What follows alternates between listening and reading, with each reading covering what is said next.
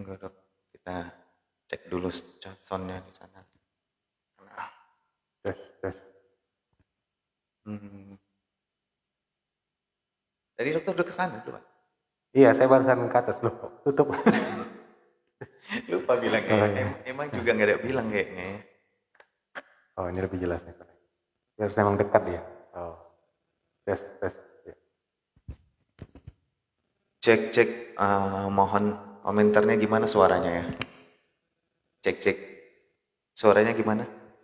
Cek dokter. Tes. Satu, dua. Cek. Halo? Ya. Udah kedengaran jelas? Ini udah apa ya? Udah live ya? Udah. Oh, ini kan live.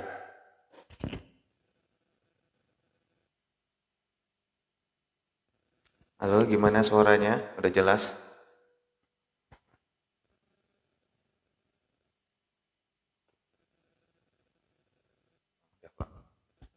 Oke, terima kasih. Kita mulai aja dok ya. Boleh. Jam 10. Ya. Ya, Assalamualaikum warahmatullahi wabarakatuh. Selamat pagi dan salam sejahtera bagi kita semua. Ya, kembali lagi dengan kami di podcast RSUD Dr. Haji Kemuliaan Panik Kota Tebing Tinggi. Ya, pada pagi hari ini kita mengambil tema gagal jantung bersama narasumber kita Dr. Ahmad Hidayat, spesialis jantung. Selamat pagi dokter. Selamat pagi. Assalamualaikum warahmatullahi wabarakatuh. Ya, dan bagi para penonton setia yang ingin bertanya bisa melalui kolom komentar atau juga bisa melalui line telepon di 0853 6175 3649. Ya, perlu kami informasikan sedikit bahwa RSUD Dr. Haji Kemuliaan Panik Kota Tebing Tinggi mempunyai pelayanan baru yaitu poliklinik psikologi. Ya, ini baru satu-satunya di Kota Tebing Tinggi. Ya, pelayanannya di jam 8 sampai jam 2 setiap hari Senin sampai dengan Jumat. Selain itu juga Rumah Sakit Dr. Haji Kemuliaan Panik juga memiliki pelayanan unggulan seperti ya rehabilitasi medik, radiologi dengan alat-alat yang canggih seperti CT scan, mamografi, dan lain-lain. Juga punya pelayanan unggulan seperti hemodialisa juga. Ya, baik dokter. Ya. Ya. Sekali lagi bagi para penonton yang ingin bergabung silahkan memberikan pertanyaannya melalui kolom komentar ya, atau di line telepon di 0853 6175 3649. Ya. Baik dokter, kita langsung aja berbincang-bincang. Pagi ini kita mengambil tema yaitu gagal jantung. Karena minggu-minggu kemarin kita juga ada juga kita singgung tentang gagal jantung ya dokter ya. Boleh nggak sedikit dijelaskan dokter bagaimana sih kondisi gagal jantung itu? Ya, terima kasih. Assalamualaikum warahmatullahi wabarakatuh. Secara definisi gagal jantung itu ya adalah kegagalan jantung dalam memompakan darah yang kaya akan oksigen ke seluruh tubuh. Jadi mungkin seperti yang pernah saya singgung beberapa minggu lalu ya. Untuk lebih memahaminya mungkin saya berikan gambaran di mana jantung kita itu ada di sisi kiri.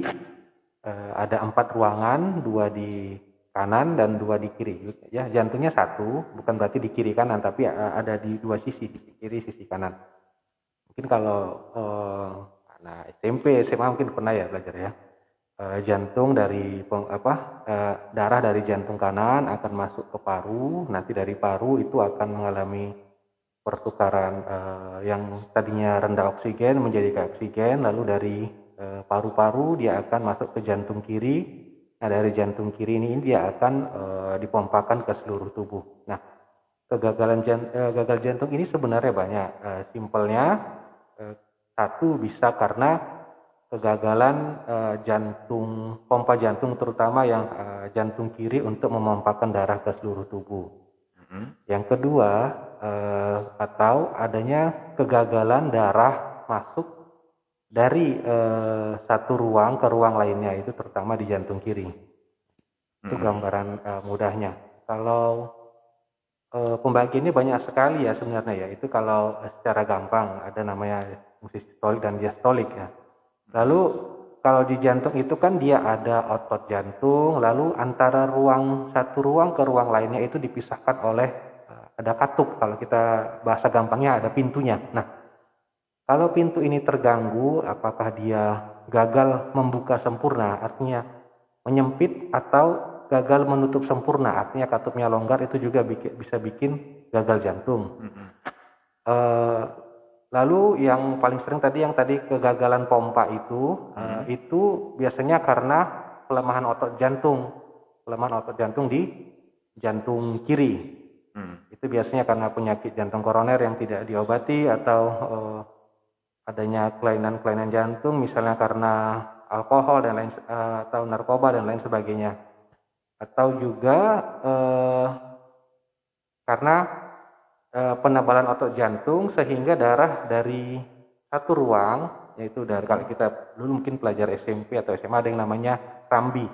Dari serambi kiri darah itu sulit masuk ke bilik kiri. Itu biasanya pada pasien-pasien dengan penebalan otot jantung, biasanya karena darah tinggi lama yang tidak tertangani. Itu contohnya. Nah, kalau gambarannya itu keluhannya biasanya ya pasiennya mudah lelah. Awalnya mungkin dengan aktivitas berat ya, baru terasa mudah capek. Lama-lama lebih gampang capek ya dokter. Lebih gampang capek. Tapi kalau tidak tertangani, akhirnya dengan aktivitas sedang dia mudah lelah. Lama-lama dengan aktivitas ringan saja seperti berjalan ke kamar mandi itu udah sesak. Dan pada akhirnya kalau tidak juga ditangani ya bahkan istirahat saja dia sesak. Oh begitu ya. Kalau yang sering berkeringatan? Kalau sering berkeringatan itu belum tentu ya. Memang orang sering di masyarakat awam, oh ini ada gangguan jantung. Ya mungkin ya. Itu belum tentu, dari buku-buku tidak ada yang bilang bahwa orang yang udah berkeringat itu sakit jantung. Oh, gitu ya. Tapi biasanya pasien-pasien yang sesak atau nyeri dada hebat pasti dia berkeringat. Seperti itu. Jadi belum tentu orang yang gampang keringat itu sakit jantung. Nah, mungkin saya nambahin sedikit lagi yang keluhan yang tadi sesak, lalu kalaupun dia tidur telentang itu sulit karena cairannya itu menumpuk di paru-paru, akhirnya dia tidur harus dengan 2-3 bantal misalnya. Lalu yang bisa kita lihat itu adalah dari fisiknya, mulai dari atas, dari kepala itu kalau kita lihat itu pembuluh darah di leher, di pena itu detakannya kencang. Bisa juga kita lihat perutnya yang membesar. Lalu yang sering kita lihat itu adalah kakinya yang bengkak, kedua kakinya. Ya, betisnya sampai ke punggung kaki itu membengkak. Jadi kalau gagal jantung itu belum tentu meninggal ya dokter ya? Ya belum tentu. Jadi sakit jantung itu kan dia dinamis sifatnya. Jadi kita mencegah supaya ya ibaratnya kalau aliran sungai kita cegah jangan sampai dia sudah di muara. Ya. Kita cegah. Jadi saya singgung sedikit lagi tadi kan saya bilang ada yang keluhan ringan, sedang, berat baru muncul dengan aktivitas ringan muncul sesak itu ada kelas-kelasnya. Jadi yang paling berat itu yang penyakit jantung kelas 4 itu berdasarkan aktivitasnya, yang dengan aktivitas tanpa aktivitas saja sudah sesak dengan istirahat itu yang perlu dirawat biar cairannya dikeringkan.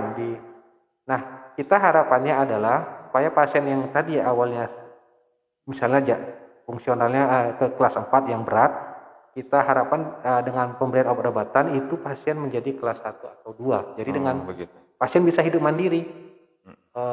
Dengan aktivitas sehari-hari dia bisa mandiri, misalnya bisa pergi kamar mandi, bisa pergi berjalan ke masjid tanpa bantuan orang lain, seperti itu. Oh, gitu ya. Ya, mungkin kalau dia serangan jantung sama gagal jantung itu berbeda nggak dokter? Ya, itu memang dua hal yang berbeda. Memang seperti pernah saya singgung waktu itu ya, gagal jantung itu adalah muara dari semua penyakit jantung. Yang paling sering itu adalah satu karena penyakit jantung koroner, kedua karena darah tinggi. Nah, penyakit jantung koroner inilah yang sering menyebabkan serangan jantung. Serangan jantung. cuman gejalanya dokter serangan jantung? Serangan jantung ini yang pertama kita curigai dia serangan jantung, pertama ada faktor risiko. Apakah langsung ini tiba-tiba berhenti langsung jatuh? Bisa saja. Jadi keluhannya yang pasti nyeri dada. Paling sering itu nyeri dada yang khas ya. Nyeri dada, tapi ini harus dibedakan dengan penyakit lain. Kalau serangan jantung itu nyeri dadanya ada pemicu. Misalnya aktivitas berat, atau misalnya mencangkul, atau ngangkat beban, atau bisa dipicu karena stres emosional. Tapi juga harus lihat, kita semakin curiga ini suatu serangan jantung, itu adalah keluhan nyerinya itu khas, seperti tertimpa beban yang sangat berat. Misalnya, aduh saya rasanya kok kayak diinjak gajah, padahal ya nggak pernah diinjak gajah gitu ya. Dan juga adanya faktor risiko, misalnya dia seorang perokok untuk laki-laki misalnya. Lalu mungkin pasiennya kegemukan, ada sakit gula misalnya, atau darah tinggi, atau gaya hidup yang nggak sehat, jarang olahraga, atau ada faktor turunan, akan kita curigai dia itu serangan jantung. Itu. Oh begitu ya dokter ya. Ya, sebentar ya dokter, kita tunggu dulu pertanyaan dari teman-teman sekalian. Ya, bagi teman-teman yang ingin bertanya silahkan ya di kolom komentar atau di line telepon 0853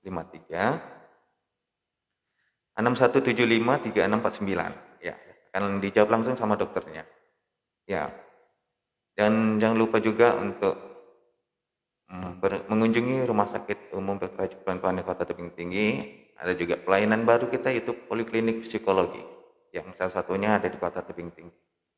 Baik dokter, ini ada pertanyaan dari akun Facebook Karimullah Saragi. Tanya dok, katanya, apakah penyebab utama gagal jantung terhadap anak sejak lahir? Yang kedua, jika sudah pasang pen pada jantung, apakah perlu dilakukan pergantian pen? Itu dokter. Ya, terima kasih. Pada anak baru lahir itu ada namanya penyakit jantung bawaan. Jadi penyakit jantung bawaan itu biasanya terjadi karena adanya kegagalan penutupan. Misalnya sekat jantung yang harusnya tertutup saat lahir, begitu lahir tertutup, atau ada penutupan spontan, dia gagal menutup. Nah itu kalau tergantung ukurannya. Kalau ukurannya besar, itulah yang akan nanti apabila tidak terdeteksi secara dini, itu yang bisa menyebabkan kegagalan jantung, jantungnya menjadi bengkak dan lain sebagainya. Biasanya keluhannya ada dua ya, ada yang dia biru, langsung biru sejak lahir, ada yang tidak biru. Jadi tergantung arahnya dari mana aliran kebocorannya itu.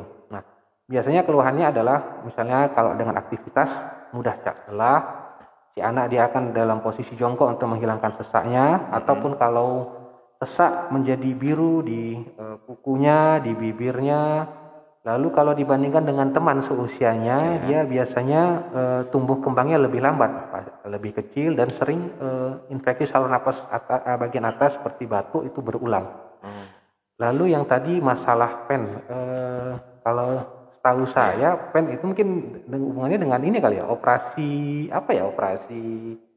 misalnya patah kaki, setahu saya stent mungkin maksudnya kali ya. Mungkin stent jantung ya. Stent itu, atau kalau bahasa orang awamnya sering bilang ring atau cincin ya. Jadi kalau cincin atau ring atau stent yang sudah terpasang di jantung, dia akan menyatu dengan pembuluh darah jantung, dia akan menyatu. Jadi tidak perlu diganti, tidak perlu diganti, cuma dijaga supaya ringnya itu tidak tersumbat. Jadi jangan khawatir dia lepas atau berkarat, enggak ada.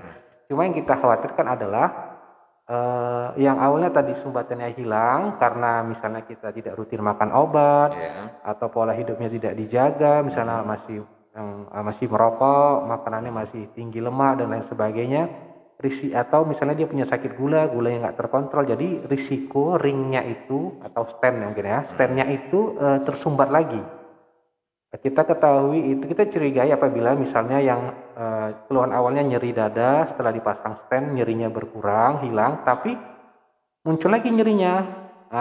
Setelah kita anamnesis ternyata riwayat obatnya yang tidak teratur dan lain sebagainya, kita curiga itu bisa tersumbat lagi, seperti itu. Seperti itu ya. Ya, mudah-mudahan jawabannya bisa Terjawab ya, Bang Karimullah. Ya ini dok, ada pertanyaan lagi dari akun Facebook Al-Aziz.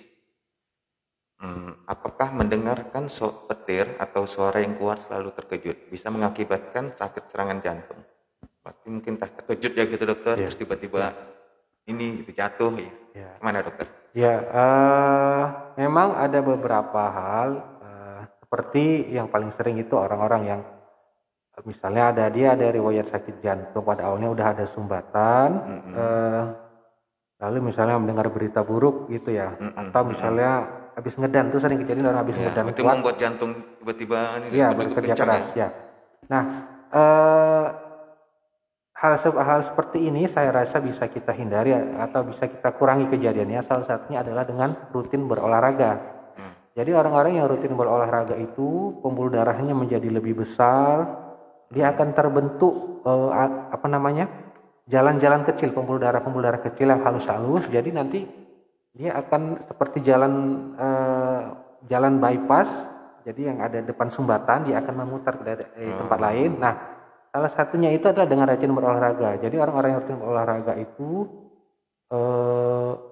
pembuluh darah, aliran darahnya lebih lancar. Nah, kondisi seperti petir atau berita buruk itu kan bisa membuat tiba-tiba jantung bekerja keras. Nah, kalau orang-orang yang rajin olahraga alirannya lebih lancar, insya Allah itu risiko untuk mengalami serangan jantung lebih kecil. Jadi tetap dengan pola hidup untuk mengurangi risiko kejadian serangan jantung karena misalnya berita buruk, karena mengedan, suara yang terlalu kuat, ya itu. Tapi kalau berarti ada ciri-ciri untuk ini ya dok ya, penyakit gagal jantung atau serangan jantung seperti itu. Misalnya mau mendengar itu ada, nggak usah pun kuat lah gitu kan, terasa kita sini, kita itu makin kencang gitu. Ya, yang pasti tadi satu dari dari riwayat kita curigai ada dia punya penyakit jantung seperti saya bilang tadi, dengan faktor risikonya, gaya hidup, merokok, darah tinggi dan lain sebagainya. Lalu juga ada pemicunya, harus ada pemicunya. Beda kalau orang misalnya sakit mah yang kronis itu juga kadang mirip dengan sakit jantung. Nyerinya di ulu hati sampai terasa panas ke dada sampai ke tenggorokan. Nah, kalau orang sakit jantung biasanya tanpa aktivitas pun bisa nyeri. Atau misalnya peradangan di selaput parunya dengan tarik napas atau buang napas, kondisinya berbeda. Nah, sakit jantung tidak dipengaruhi oleh hal seperti itu. Kalau untuk serangan jantung, nyeri dada, itu harus ada pemicu aktivitas maupun adanya stres. Ya. Nah, memang paling sering itu saya kaitkan dengan gagal jantungnya adalah orang-orang yang mengalami serangan jantung, terutama yang terkena itu adalah pembuluh darah yang bekerja pada jantung kiri. Apabila tidak segera ditangani, itu kan otot-otot jantung itu kan harus dapat makanan juga ya. Tapi karena pembuluh darahnya tersumbat, akhirnya asupan makanan ke otot jantung itu berkurang. Pada akhirnya jantungnya akan menjadi kemungkinannya dua. Dia akan ada, kalau bahasa awamnya saya bilang tertidur atau mati. Nah, kondisi tertidur ini dia akan menjadi ototnya menjadi melemah, akhirnya jantungnya menjadi membesar. Karena tidak diobati, itulah kemampuan pompa jantungnya menjadi lemah, akhirnya dengan aktivitas ringan saja sesak. Itu yang sudah menjadi gagal jantung. Oke dokter, ya itu tadi jawaban dari dokter, semoga bisa memuaskan ya Bang Ajis ini. Ya berikutnya nih dok, ada juga nih pertanyaan dari Novalinda Sihaloho. Izin dokter bertanya, apa tanda khas adanya penyumbatan pembuluh darah jantung? Ya, yang saya sampaikan tadi itu adalah adanya nyeri. Nyerinya di bagian mana? Nyerinya itu di dada. Di dada ya? Dada kiri, bisa juga di kanan. Nyerinya itu bukan seperti dicucuk, atau nyerinya itu seperti tertimpa beban, seperti diperas, bisa menjalar ke tangan, bisa menjalar ke dagu, bisa disertai dengan keringat dingin.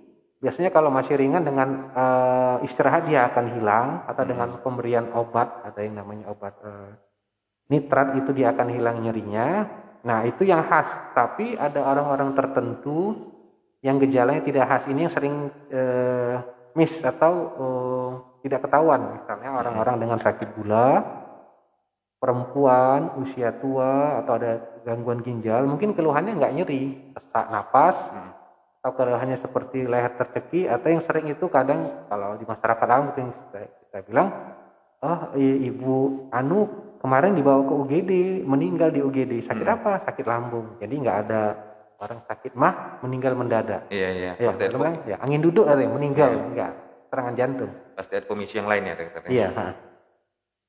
Ya, begitu tadi jawaban dari dokter. Semoga bisa memuaskan Novalinda Syahaluhu. Ya, baik buat teman-teman yang lain yang mau bertanya silahkan. Kita durasi hanya 1 jam. Ya, yang mau bertanya silahkan melalui kolom komentar. Atau di line telepon juga boleh. Kita menyediakan line telepon di 0853 6175 3649. Ya, jangan lewatkan kesempatan ini ya. Baik dokter.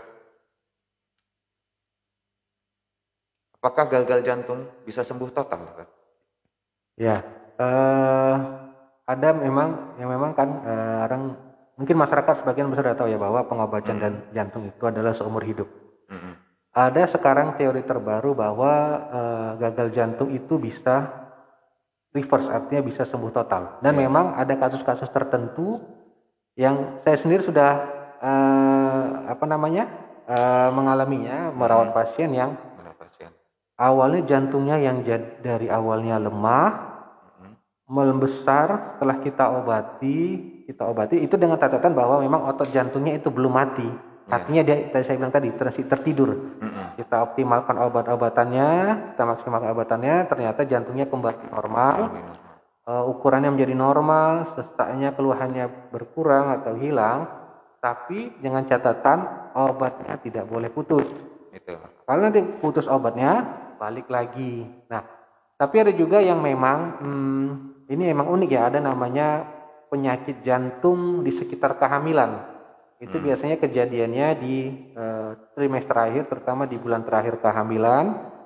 Bisa berlangsung hingga usia 6 bulan pasca kelahiran, atau bisa menetap seumur hidup. Jadi dia kalau dalam 6 bulan itu sembuh, bisa kembali normal jantungnya, dari awalnya membesar menjadi normal. Insya Allah dia sembuh total, itu seperti itu. Ada kasus tertentu yang memang dia sembuh total. Berarti harus memang betul-betul dijaga ya dokter apanya ya.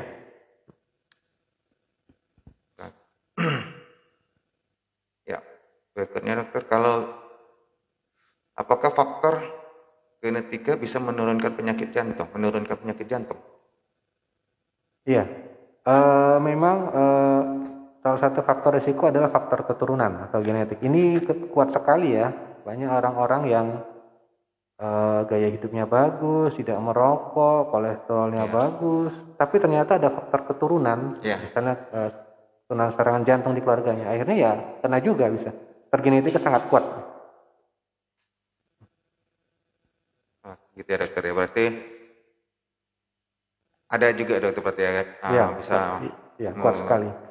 Iya, pada umumnya yang pasien-pasien yang saya temui itu mayoritas ini faktor keturunan. Mayoritas faktor keturunan. Iya. Kalau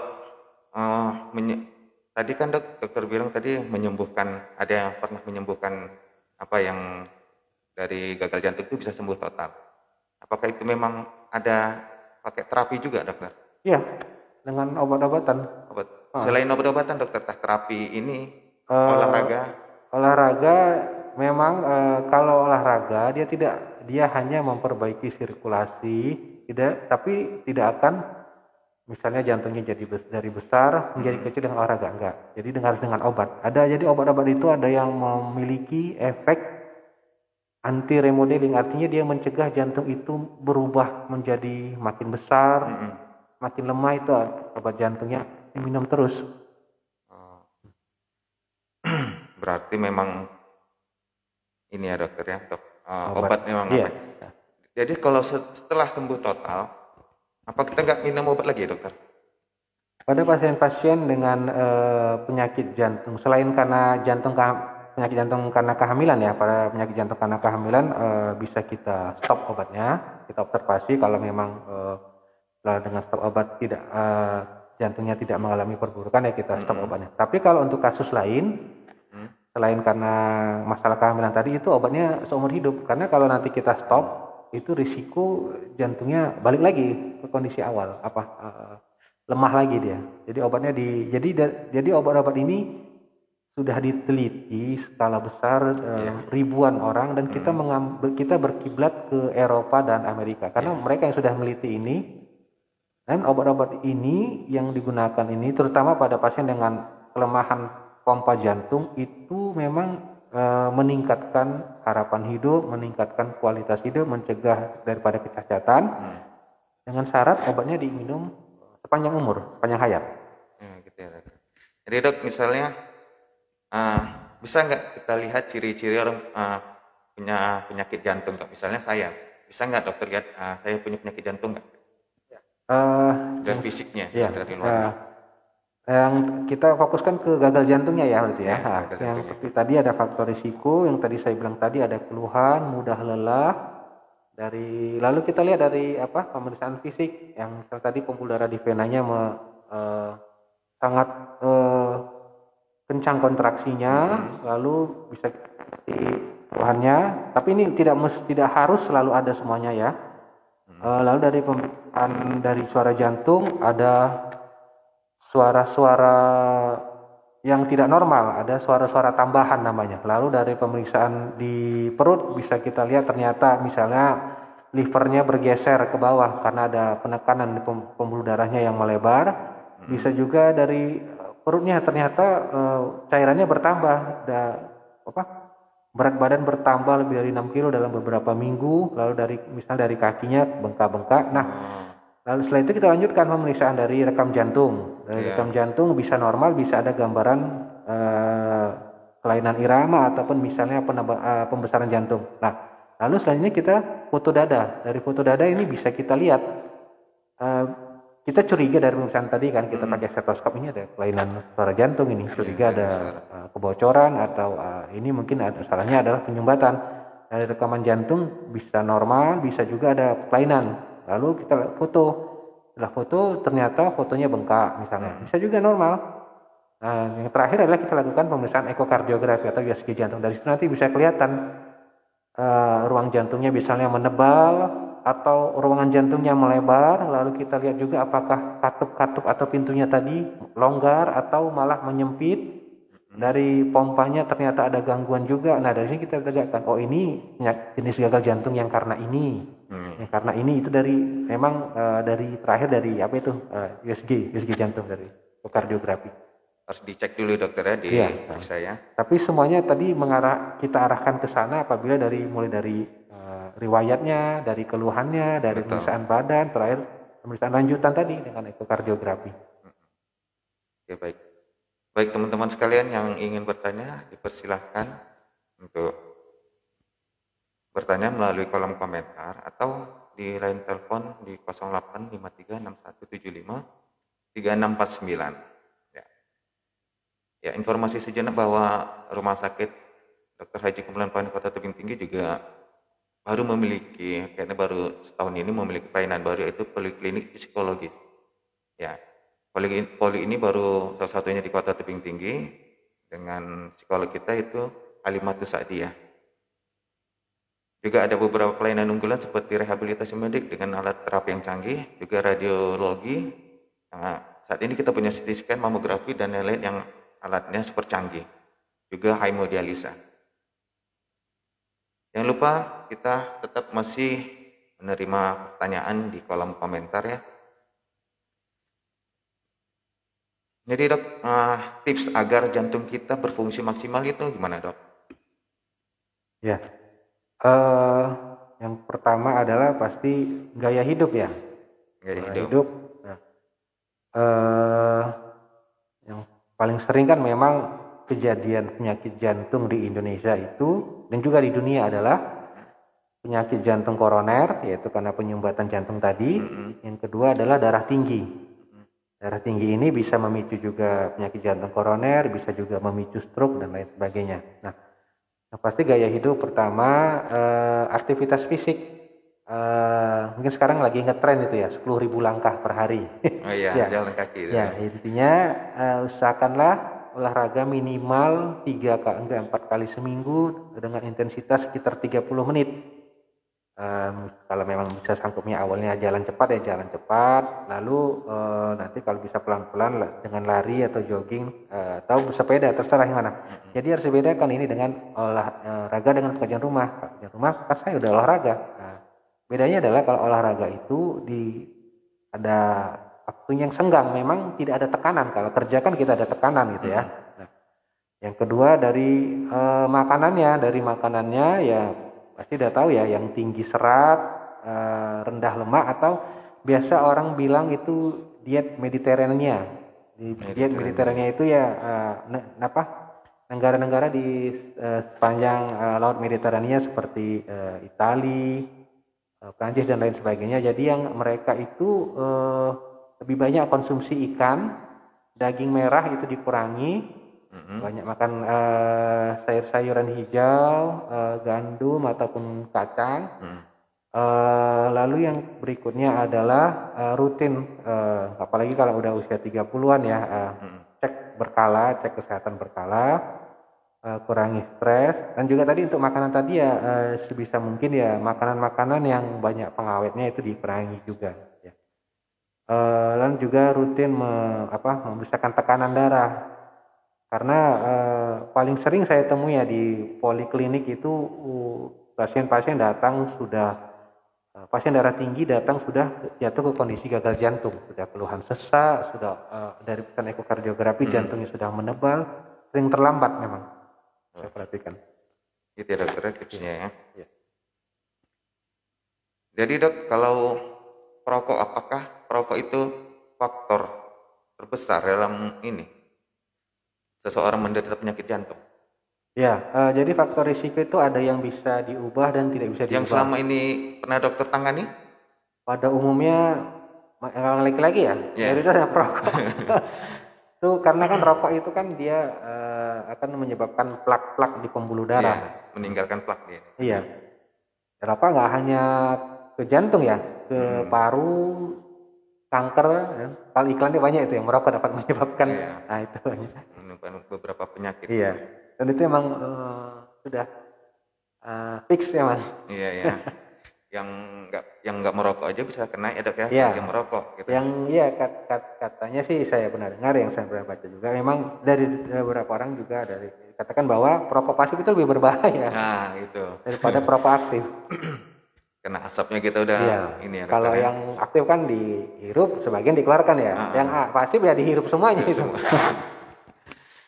Oke, baik dokter, ini ada pertanyaan lagi dari akun Facebook Gendis.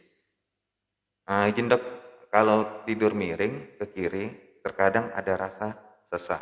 Apa itu ada hubungannya dengan gangguan jantung? Makasih dok.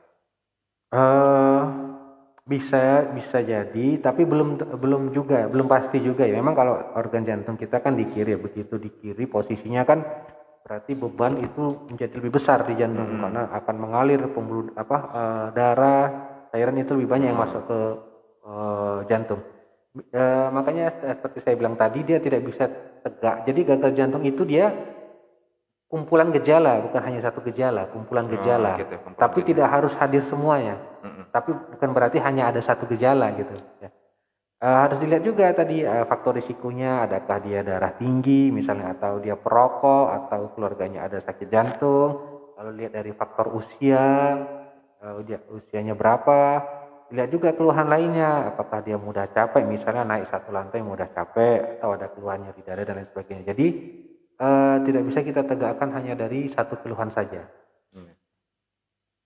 Berarti itu bisa aja seperti sesak biasa ya dokter ya, bukan karena jantung ya. Iya, karena bisa misalnya peradangan di selaput, bisa peradangan di selaput paru misalnya.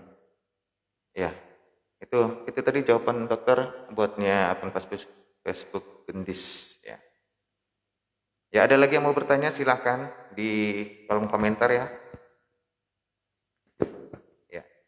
Oh ya, mungkin saya nambahin sedikit ya, pada pasien-pasien yang sudah mengalami gagal jantung, Sering kan dibilang, saya sering menasih pasien cairannya dibatasi. Jadi nggak minum dok, itu sedikit. Nggak minum ya, Iya. atau dikurangi gitu. Iya, dikurangi. Nanti kan takutnya nanti ginjalnya bermasalah dok. Ya, itu kan memang sudah diteliti ya.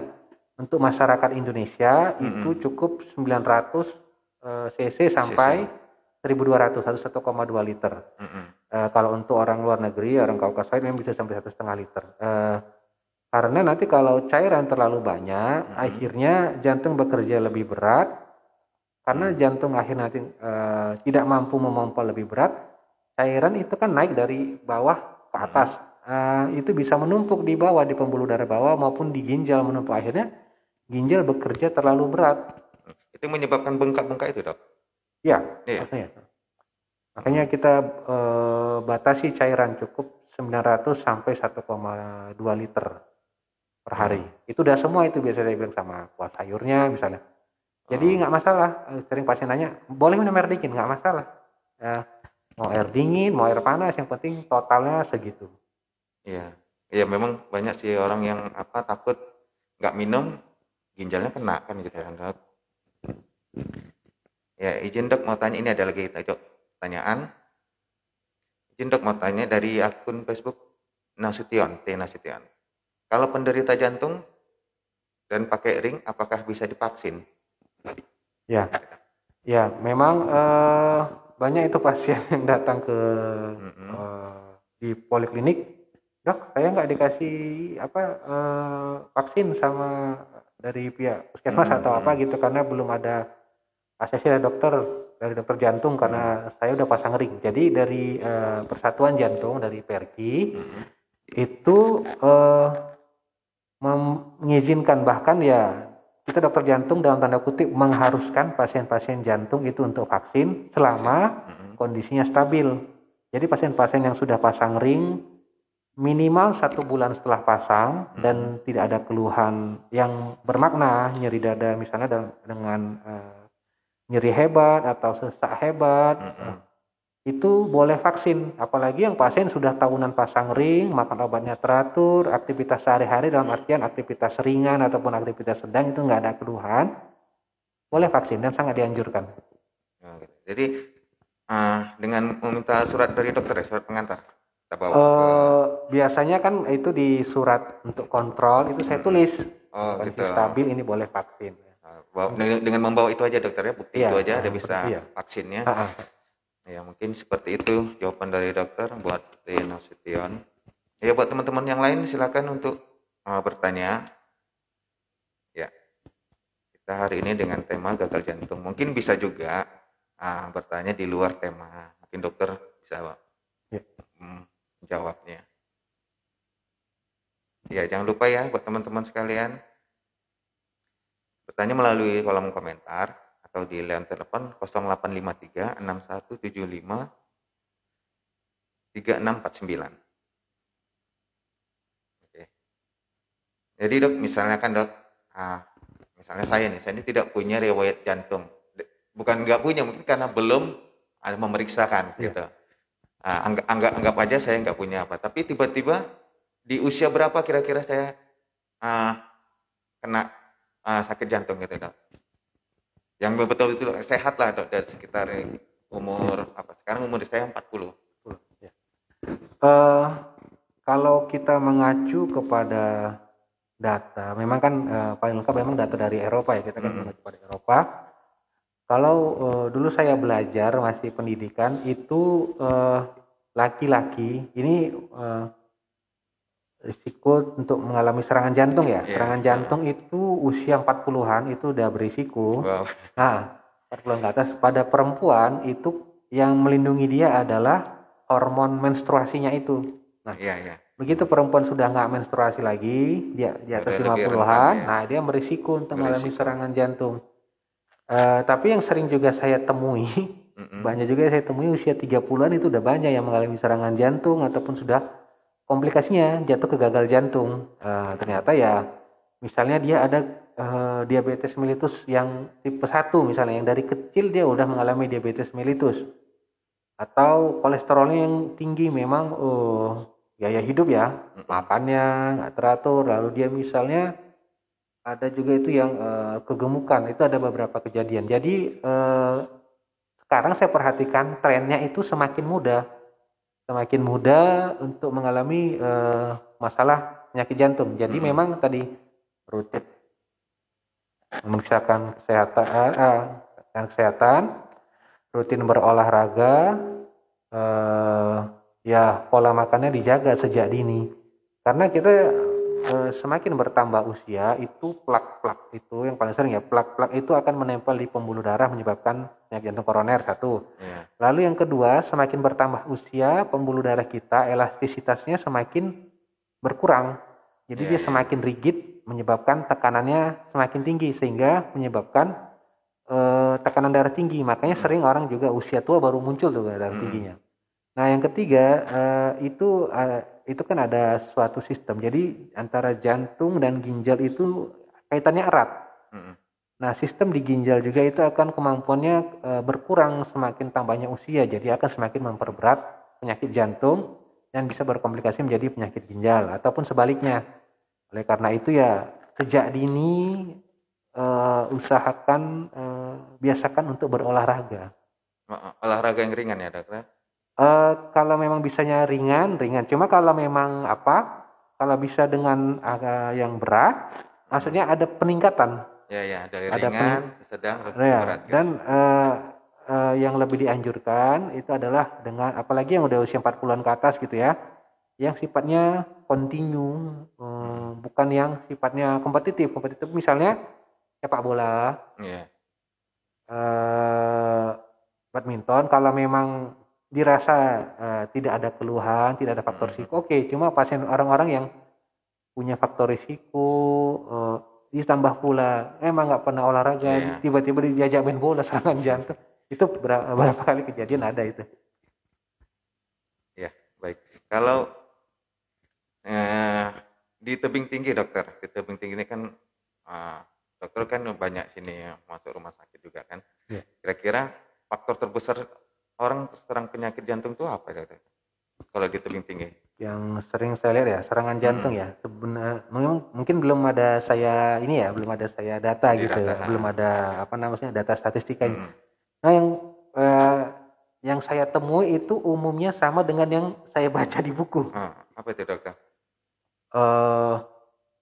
Perokok, laki-laki perokok, lalu baik laki-laki perempuan juga sering itu yang sakit gula tidak terkontrol, darah tinggi yang tidak terkontrol,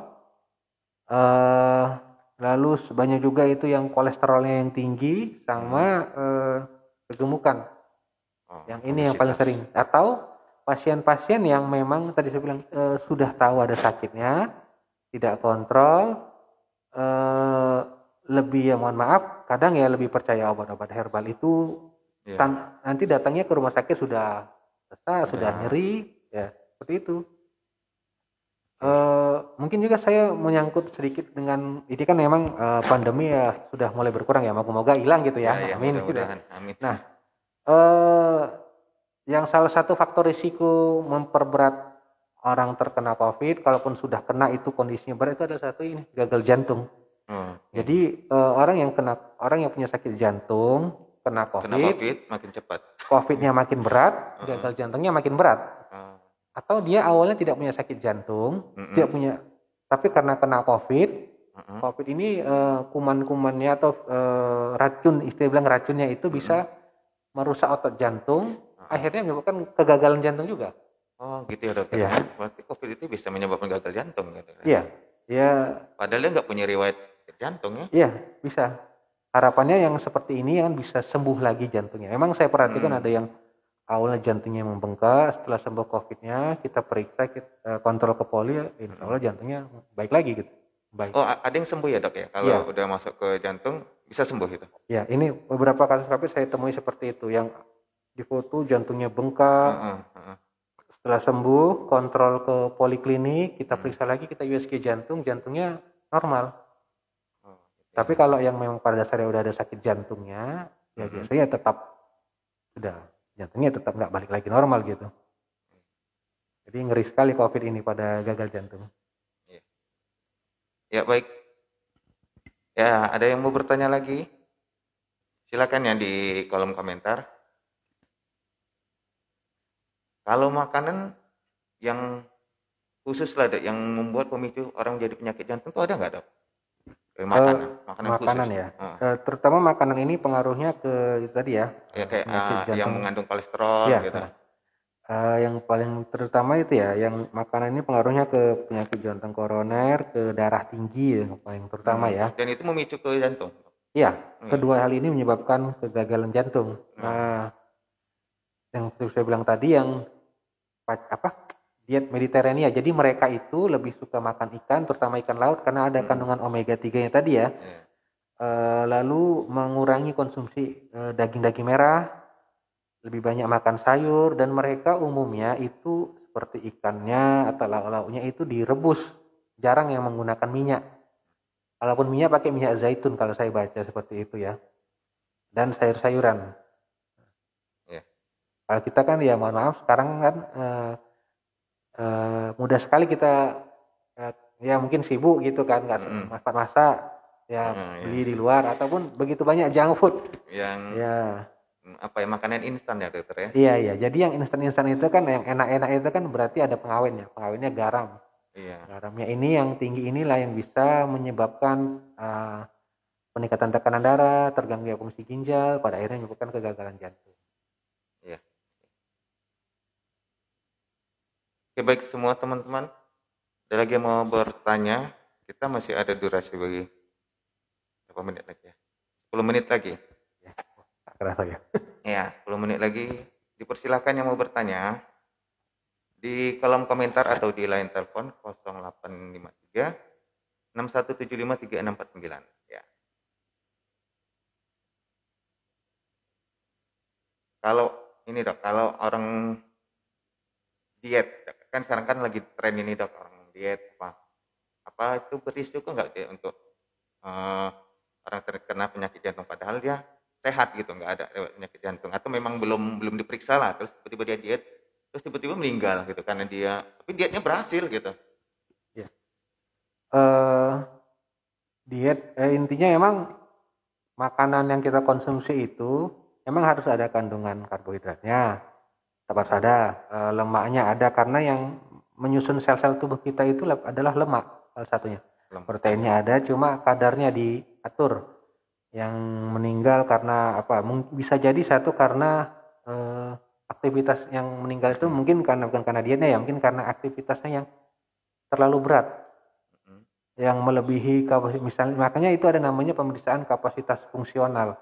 Misal dari kalau ada alat di gym itu ada alat treadmill ya. Treadmill. Nah, jadi pada pemeriksaan jantung juga ada alat treadmill, cuma dia nanti dia ada penghitung itu kapasitas fungsional. Jadi nanti alat itu akan setiap 3 menit kecepatannya bertambah sampai semampu mana pasien itu atau seseorang itu bertahan. Nah, nanti di situ dinilai, misalnya dia sampai sekian, misalnya dapat match-nya, ada hitungan namanya match 11 atau berapa, dia bisa dengan aktivitas seperti ini, bersepeda dengan jarak sekian dia sanggup.